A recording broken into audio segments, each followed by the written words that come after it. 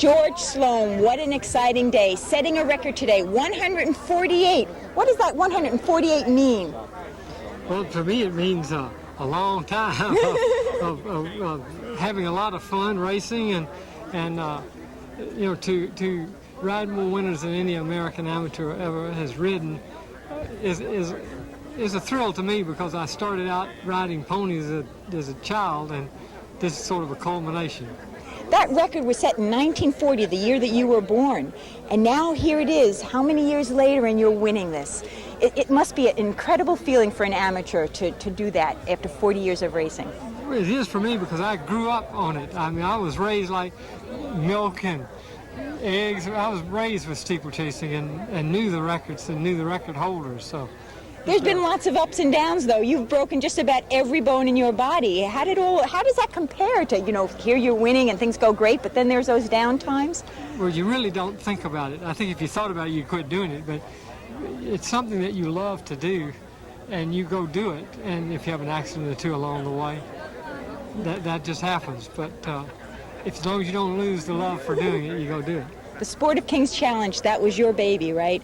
That started 8 years ago. What made you create that event? What was it that inspired you to do this? Well, I have a few buddies that joined in. George Strawbridge, whose horse won the Sport of Kings Challenge here today, being one, and my friend Mason Lampton down in Columbus, Georgia, Peter Greenall, who is chairman of Aintree, where the Grand National is run. We were all racing mates. We all competed against each other. And we just had the idea if we could do something significant in international steeplechasing and focus attention in America, that we could bring a lot more to play on American steeplechasing. And I think we've accomplished the beginnings of that. You know, it's growing and we're spreading, and we hope that keeps going. We had a good day today. Yeah, it's 8 years old. Can you explain exactly what that means, the Sport of Kings Challenge?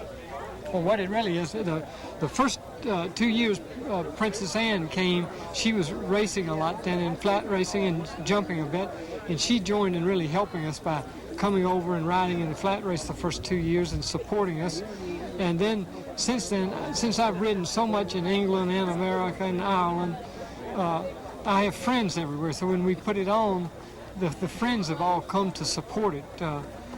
And then now we go to England and race, and the English come here to race, like Martin Pipe was here today, and he's the all-time leading trainer in England, and he came to support it because he's a friend and loves to see what we're doing. So that's the culmination of it, is joining forces and people supporting each other.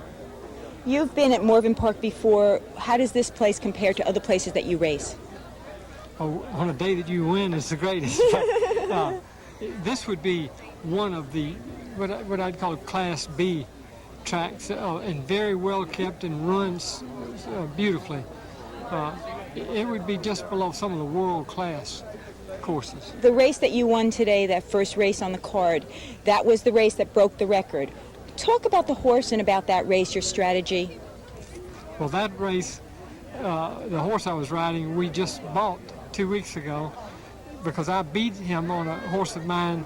He was second to me, beaten a half a length, and I thought my horse had run a very good race that day, and this horse was giving me 6 pounds, so I thought we had a real shot to buy him and win with him, and he's proven he's improved, and he jumped really well, and he's a young horse, so I was extremely pleased with the day that he did as well as I expected him to possibly do, and hopefully there's room for improvement.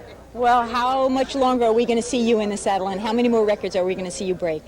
Well, as my brother called me last week, he said, George, if you happen to win this one, you've got to keep riding, because you have to open up such a lead they can't catch you. So I don't know, I'll keep, as long as I feel like it and it's fun.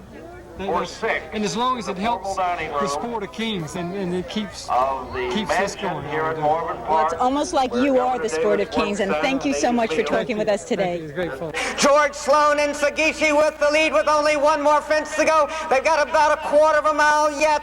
Sagishi with the lead. Wood Miss now making a big move up on the outside. Cold Blast there. It's Cold Blast moving up on the extreme outside of the course. Sagishi with the lead. Cold Blast gaining with every stride. They jump the last. Sagishi is over with the lead. Cold Blast and Jonathan Smart trying to get there from the outside. They come down towards the wire, and George Sloan has the lead on Sagishi. George Sloan on his way to a record. George wins this one with a hand ride by a length over Wood Mist. Cold Blast and Taylor's Dime.